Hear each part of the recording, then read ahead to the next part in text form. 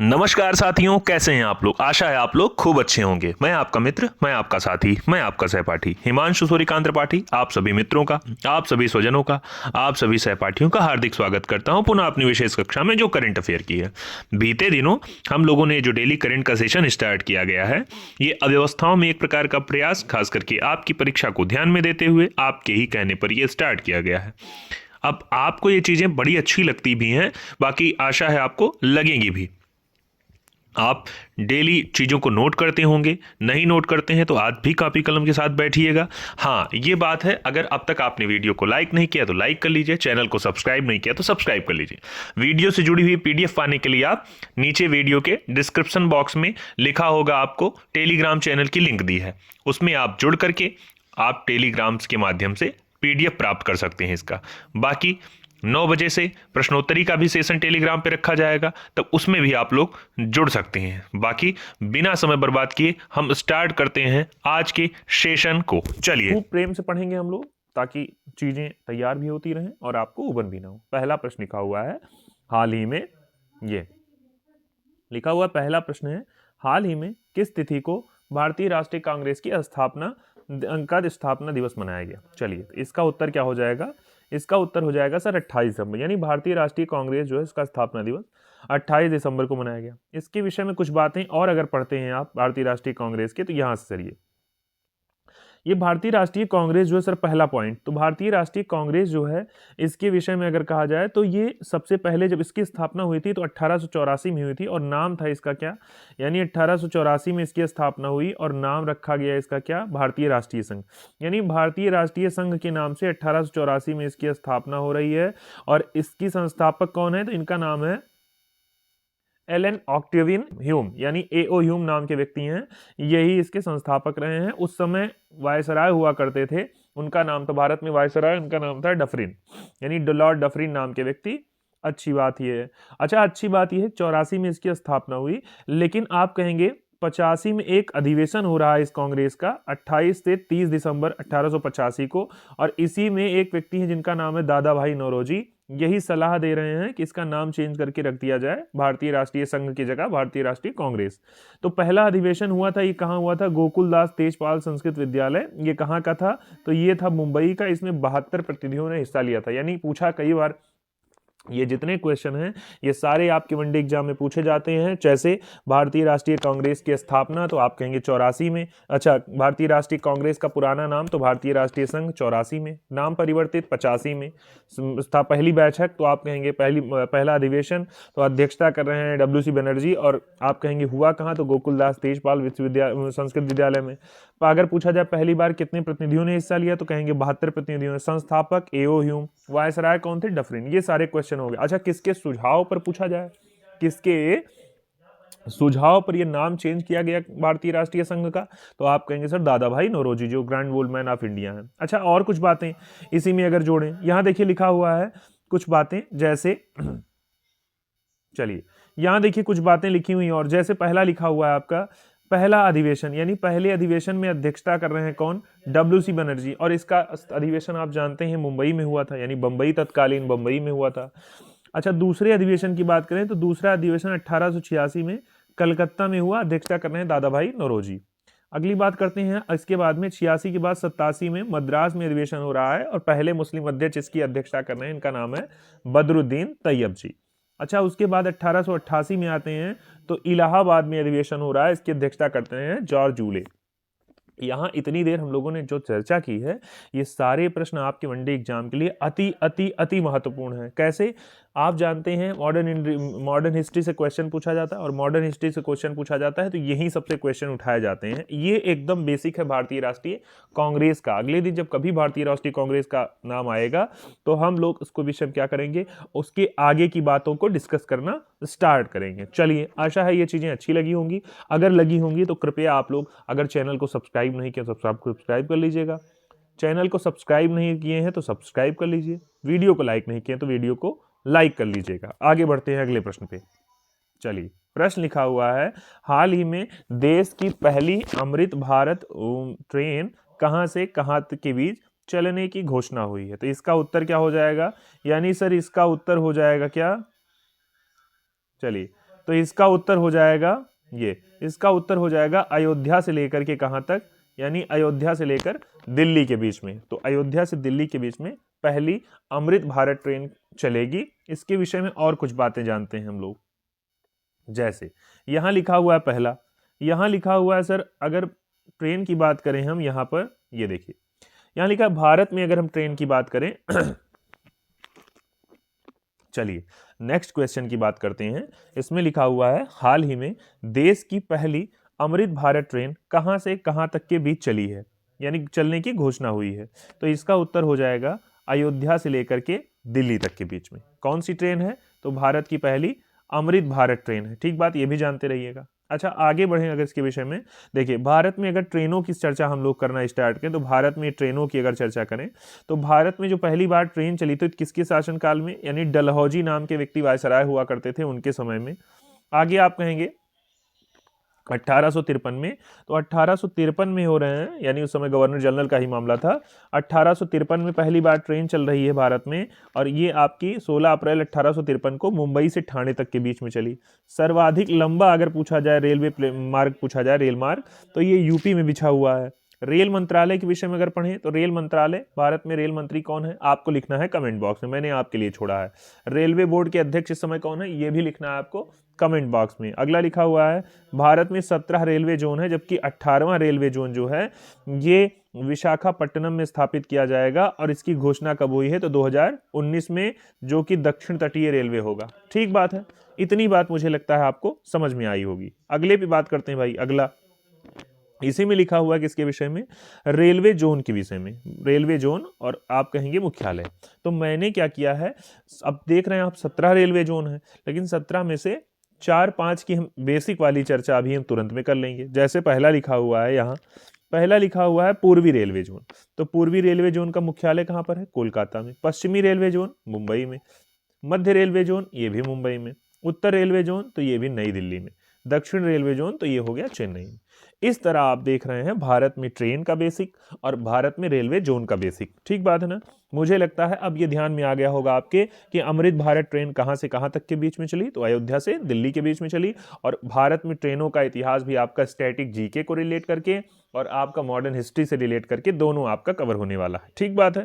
अगला क्वेश्चन लिखा हुआ है आपकी स्क्रीन पर, ये लिखा हुआ है हाल ही में राष्ट्रीय बैडमिंटन चैंपियनशिप 2023, इसमें पुरुष एकल और महिला एकल का खिताब जीता है। अब किसने जीता है यही पूछ रहा है, तो अब आपको इसका उत्तर बताना है। तो इसका उत्तर हो जाएगा कौन, एक व्यक्ति है चिराग सेन और दूसरे व्यक्ति हैं अमोल खरब। यानी ये पुरुष में चिराग सेन और महिला में है अमोल खरब। इन्होंने ही 50वीं राष्ट्रीय बैडमिंटन चैंपियनशिप 2023 की जीत ली है। ठीक बात है ना।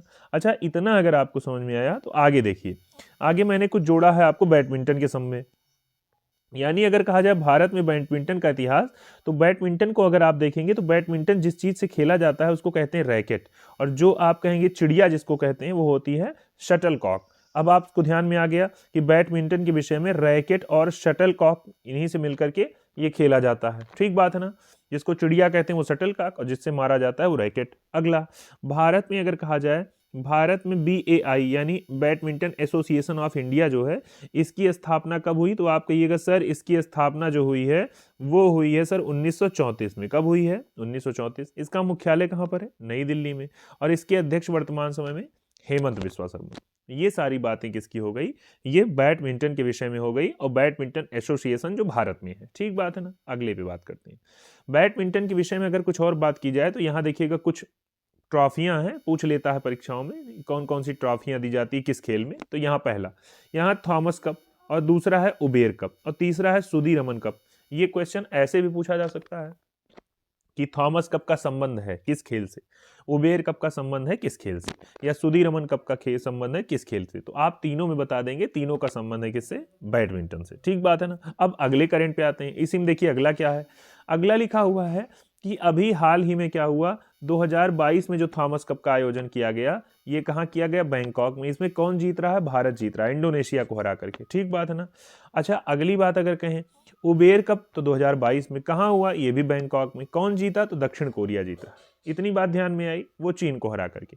अब सुधीरमन कप की बात करें तो ये 2023 में भी हाल ही में चीन में हुआ है, और कौन जीत रहा है, चीन ही जीत रहा है। ठीक बात है।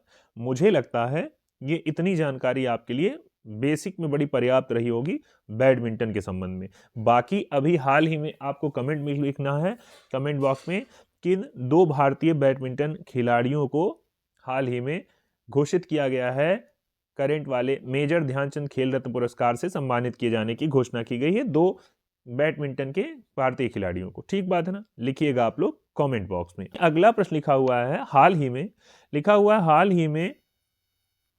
ही में भारतीय गृह मंत्रालय यानी अमित शाह जी का मंत्रालय है ये, ने जम्मू कश्मीर में सक्रिय एक संगठन है कह रहा है उसको UAPA यानी आप कहेंगे जिसका नाम है यानी गैर कानूनी, आप कहेंगे एक प्रकार का अगर कोई संगठन चल रहा हो गैर कानूनी संघ जो है घोषित किया है UAPA के तहत, तो ये हो जाएगा, इसका नाम है मुस्लिम लीग जम्मू कश्मीर यानी मसरत आलम गुट को जो है घोषित किया है अभी हाल ही में गैर कानूनी संगठन घोषित किया है। अब इसके विषय में कुछ और बात करते हैं यहाँ पर। चलिए यहाँ देखिए लिखा हुआ है क्या, जम्मू कश्मीर। अब पहले जम्मू कश्मीर के विषय में जान जाएंगे फिर UAPA के विषय में। जम्मू कश्मीर को अगर आप जानते हैं तो यहाँ देखिए जम्मू कश्मीर जो है इसकी स्थापना हुई 31 अक्टूबर 2019 को। जम्मू कश्मीर की राजधानी है श्रीनगर और जम्मू, अगर श्रीनगर की बात करें तो ये श्रीनगर समर कैपिटल है जबकि जम्मू आपका विंटर कैपिटल है। गवर्नर आपके यहाँ के कौन है इस समय, मनोज सिन्हा है। और आप कहेंगे लोकसभा की यहाँ पर 5 सीटें हैं कुल मिलाकर। हिम तेंदुआ का यहाँ का क्या है, राजकीय पशु है, कहाँ का, जम्मू कश्मीर का। दूसरी बात, अगर UAPA की बात करें तो इसको कहा जाता है गैर कानूनी संघ यानी आप कहेंगे अनलॉफुल एक्टिविटी प्रिवेंशन एक्ट, यानी आप कह रहे हैं गैर कानूनी ढंग से अगर कोई आप कह रहे हैं कोई एक्टिविटी कर रहे हैं तो उसके लिए एक एक्ट आया था, ये 1967 में आया था। पूछा जा सकता है कि बताइए UAPA एक्ट कब आया था, तो आप कहेंगे सर 1967 में आया था। अच्छा, मुझे लगता है इतनी जानकारी आपको समझ में आई होगी। अगर आई है तो आप लोग वीडियो को लाइक करिएगा, चैनल को सब्सक्राइब नहीं किया तो सब्सक्राइब करिएगा, बाकी और भी साथियों को जोड़िएगा। अगले पे आते हैं। अगला लिखा हुआ है प्रश्न नंबर 5 में लिखा हुआ है ये कि हाल ही में एयर इंडिया को अपना पहला एयरबेस प्राप्त हुआ है, इसका नाम क्या है। तो इसका नाम क्या है, इसका नाम है A350। अब देखिए जितना ये करंट जरूरी है इससे ज्यादा इसका स्टैटिक जरूरी है, सबको याद रहना चाहिए क्योंकि आपकी परीक्षा में GS में भी ये पूछ लिया जाता है। चलिए यहाँ देखिए लिखा क्या हुआ है, इसमें कुछ स्टैटिक, जैसे भारत में अगर कहा जाए भारत में हवाई सेवा की, एक तो ये स्टैटिक, दूसरा आपसे कहा जाए एयर इंडिया के विषय में, ये वनडे एग्जाम में खूब पूछा जाता है। देखिए अगर एयर इंडिया के विषय में हम लोग बात करें तो ये देखिए एयर इंडिया की स्थापना हो रही 15 अक्टूबर 1932 को। मुख्यालय इसका हरियाणा में है। अध्यक्ष हैं N चंद्रशेखरन, CEO हैं कैंपबेल विल्सन और संस्थापक हैं JRD टाटा। ठीक बात है ना। जबकि यहाँ देखिए अगले पे, जबकि यहाँ आइए, जबकि यहाँ बात करें हम लोग तो भारत में हवाई सेवा के विषय में, तो भारत में हवाई सेवा अगर आप कहेंगे तो भारत में हवाई सेवा प्रारंभ की गई 1911 में। इलाहाबाद से नैनी के बीच में पहली हवाई सेवा स्टार्ट हुई। यहाँ देखिए जबकि अगर कहा जाए विश्व में पहला ऐसा कोई हवाई अड्डा जो पूरी तरह से सौर संचालित है, तो ये कुछ दिन पहले आपका 2015 में बना था, कौन सा, कोच्चि हवाई अड्डा। और कोच्चि अंतर्राष्ट्रीय हवाई अड्डा, आपको कमेंट बॉक्स में लिखना है कोच्चि अंतर्राष्ट्रीय हवाई अड्डा भारत के किस राज्य में है। ठीक बात है ना। इतनी बात मुझे लगता है आप लोगों को समझ में आई होगी। ठीक बात है ना। अगर आई है तो वीडियो को लाइक करिएगा, चैनल को सब्सक्राइब करिएगा और वीडियो को पूरा देखिएगा। चलिए अगले लिखा हुआ है हाल ही में पाकिस्तान में पहली बार किस हिंदू महिला ने पाकिस्तान आम चुनाव के लिए नामांकन किया है। ठीक बात है ना। एक नंबर का एक क्वेश्चन है और जरूरी है आपके लिए। तो देखिए इसका उत्तर क्या हो जाएगा, इसका उत्तर हो जाएगा डॉक्टर सवीरा प्रकाश। इन्हीं को क्या किया गया, इन्होंने ही पहली बार अभी आम चुनाव के लिए नामांकन किया है। चलिए अगले पे आते हैं, अगले पे बात करते हैं। अगर बात हो रही है पाकिस्तान को तो आपको जानना चाहिए पाकिस्तान से जुड़े हुए कुछ जगह हैं, जैसे पाकिस्तान का शहर राजधानी है इस्लामाबाद, यहाँ का सबसे बड़ा शहर है कराची। आरिफ अलवी यहाँ के क्या है, राष्ट्रपति, जबकि अनवर उल हक यहाँ के क्या है, कार्यवाहक प्रधानमंत्री। पूछा जाता है संसद से क्वेश्चन कि पाकिस्तान की संसद को क्या कहा जाता है, तो आप जानिएगा पाकिस्तान की संसद को तो कहा जाता है अपनी ही तरह पार्लियामेंट, लेकिन वहां की लोकसभा को कहा जाता है नेशनल असेंबली। ये जरूरी है। पाकिस्तान भारत से क्या करता है, कुल मिलाकर 33-23 किलोमीटर की सीमा साझा करता है भारत से, जो कि भारत के 3 राज्य और 2 केंद्र शासित प्रदेशों से, यानी 2 केंद्र शासित प्रदेश लद्दाख और कौन से हैं, जम्मू कश्मीर। जबकि 3 राज्य में आप पढ़ेंगे तो आपका हो जाएगा कौन कौन सा, आप कहेंगे पंजाब, राजस्थान और गुजरात हो जाएगा। ठीक बात है ना। अगले पे आते हैं। यहाँ इसके नीचे लिखा हुआ है 1947 में सर सिरिल रेडक्लिफ जो थे, इन्हीं के नाम पर क्या हुआ था, सर सिरिल रेडक्लिफ, इन्हीं के नाम पर एक रेखा तय हुई थी, अंतर्राष्ट्रीय तिथि रेखा, आप कहेंगे एक सीमा रेखा तय हुई थी भारत पाकिस्तान के बीच में, ये 1947 में, जिसे रेडक्लिफ रेखा के नाम से जाना जाता है इस समय। ठीक बात है ना। अब मुझे लगता है इतनी जानकारी आपको समझ में आई होगी तो कमेंट करिएगा, वीडियो को लाइक करिएगा और चैनल को सब्सक्राइब करिएगा। अगले पे आते हैं। अगला लिखा हुआ है, हाल ही में YouTube पर 2 करोड़ सब्सक्राइबर, यानी YouTube चैनल पर 2 करोड़ सब्सक्राइबर तक पहुंचने वाले विश्व के पहले नेता कौन बन गए? इनका नाम है प्रधानमंत्री मोदी, यानी प्रधानमंत्री मोदी ने एक नया रिकॉर्ड और बनाया। ठीक बात है ना। अब 1 नंबर का क्वेश्चन तो हो रहा है ये करंट से, बाकी इसका स्टैटिक जीके आपको जानना चाहिए। यहाँ देखिए, यानी इसके स्टैटिक जीके में अगर हम आए तो यहाँ देखिए, यहाँ लिखा हुआ है सबसे पहले नाम क्या। सबसे पहले हम बात करेंगे किसके विषय में, यानी सबसे पहले हम बात करेंगे यूट्यूब के विषय में। यानी यूट्यूब के विषय में अगर आप बात करते हैं तो देखिए ये है यूट्यूब, यानी यूट्यूब जो है इसकी स्थापना 14 फरवरी 2005 को कर रहे हैं स्टीव चेन, चाड हर्ले और जावेद करीम। इसका मुख्यालय है कहाँ पर? कैलिफोर्निया, यूएसए में। ठीक बात है ना। ये क्वेश्चन आपका यूट्यूब वाला एसएससी जीडी स्तर की परीक्षाओं के लिए या सीजीएल एमटीएस स्तर की परीक्षाओं के लिए बड़ा जरूरी है। अगले पे बात करते हैं। अगला है प्रधानमंत्री मोदी। अब इनको महत्वपूर्ण उपलब्धियां अगर देखी जाए तो अब तक इनको 22 से ज़्यादा सम्मान मिल चुके हैं तमाम देशों के, लेकिन आप यहाँ बात करिए जो अभी करंट में 2023 में दिए गए। तो आप एक क्रम में जानिएगा, मैंने ये नाम जोड़ दिया था लेकिन आप उतना नाम मत रटिए, लेकिन हाँ ये जानिए रहिए कि अभी हाल ही में इनको दिया गया कहाँ का? मिस्र का, फिर इससे पहले इनको पापुआ न्यू गिनी का, और एक और इनको दिया गया फिजी का, और फिजी के बाद इनको पलाऊ का। ये 2, 3, 4 जगहों का अब सर्वोच्च नागरिक सम्मान अभी हाल ही में इनको दिया गया है प्रधानमंत्री मोदी को। ठीक बात है।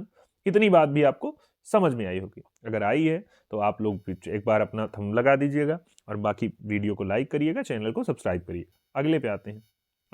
अगला प्रश्न लिखा हुआ है आपकी स्क्रीन पे कि बताइए हाल ही में भारत ने पहली बार किस देश को कच्चे तेल की खरीद के लिए अपना पहला भुगतान रुपए में किया है? यानी इसके पहले रुपए में भुगतान नहीं करता था। तो ये आपका हो गया। आपका उत्तर कौन सा हो रहा है कि सर संयुक्त अरब अमीरात जो देश है, इसी को पहली बार भारत ने क्या किया है? कच्चे तेल के लिए खरीद के लिए रुपए में भुगतान किया है। ठीक बात है ना। अब देखिए कुछ क्वेश्चन यहाँ पे, जैसे अब तेल के विषय में आपको जानना चाहिए, कच्चे तेल के विषय, यानी अगर कहा जाए भारत में कच्चे तेल की बात की जाए यहाँ से, यानी सर भारत में कच्चे तेल की अगर बात की जाए तो भारत में सर ब्रह्मपुत्र क्षेत्र जो है यही सबसे पुराना तेल उत्पादक क्षेत्र है। दूसरी प्रश्न, यानी अगर कहेंगे दूसरा इसी में ब्रह्मपुत्र हो गया। दूसरा हुआ 1867 में माकूम जो असम की जगह है, यहीं पर पहली बार तेल कुआं खोदा गया भारत में। तीसरी बात, सबसे पुराना तेल भंडार भारत में कहाँ पर है? तो ये डिगबोई असम का क्षेत्र है, सबसे पुराना तेल उत्पादक क्षेत्र है। ठीक बात है। तेल भंडार सबसे पुराना यहीं पर प्राप्त, यानी सबसे पुराना तेल भंडार सबसे पहले आप कहेंगे यहीं प्राप्त हुआ था। ठीक बात है ना। अगले पे आते हैं। अगला यहाँ से देखिए, अगला लिखा हुआ है किसके विषय में? संयुक्त अरब अमीरात के विषय में। ये हो गया संयुक्त अरब अमीरात। यहाँ आप स्टार्ट करेंगे तो संयुक्त अरब अमीरात के विषय में देखिए पहला, यानी इसके विषय में इसकी राजधानी अबू धाबी, इसका सबसे बड़ा शहर है दुबई, यहाँ के राष्ट्रपति हैं मोहम्मद बिन जायद अल नहयान, जबकि यहाँ की राष्ट्रीय मुद्रा है, इसका नाम है यूएई दिरहम। ठीक बात है। तो ये किससे संबंधित हो गया? ये हो गया संयुक्त अरब अमीरात से संबंधित हो गया। ठीक बात है ना। मुझे लगता है इतनी जानकारी आपको समझ में आई होगी तो कृपया चैनल को सब्सक्राइब करिएगा, वीडियो को लाइक करिएगा, और कुछ नहीं कर सकते हैं तो चैनल को आप शेयर कर दीजिएगा, जिससे और साथी आपके जुड़ें और हम लोग मिलकर बड़ी अच्छी प्रतिस्पर्धी क्लास पढ़ें। चलिए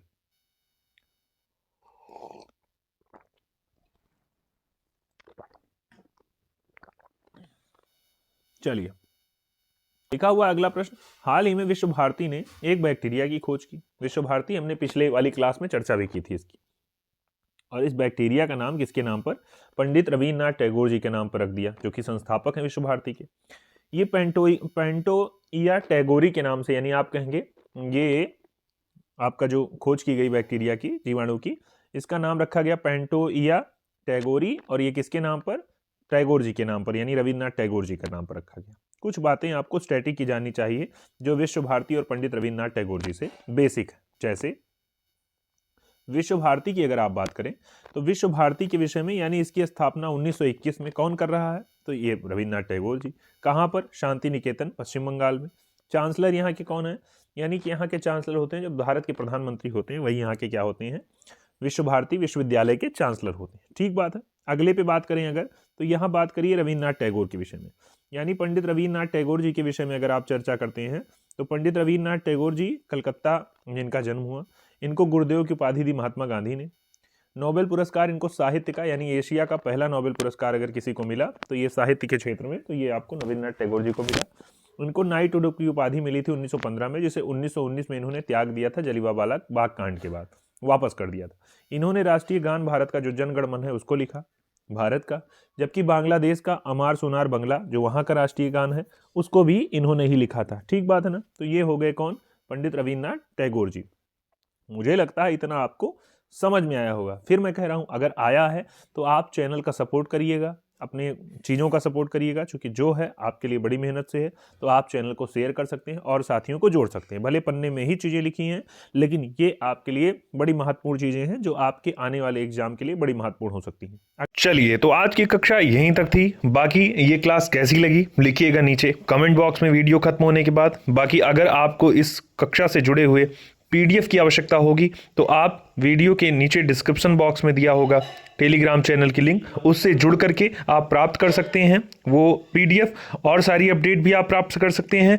बाकी आपने इतना सहयोग किया, आपका बहुत बहुत बहुत धन्यवाद। मिलते हैं 9 बजे टेलीग्राम चैनल पर प्रश्नोत्तरी के सेशन में। तब तक के लिए शुभ रात्रि। जय हिंद, जय भारत।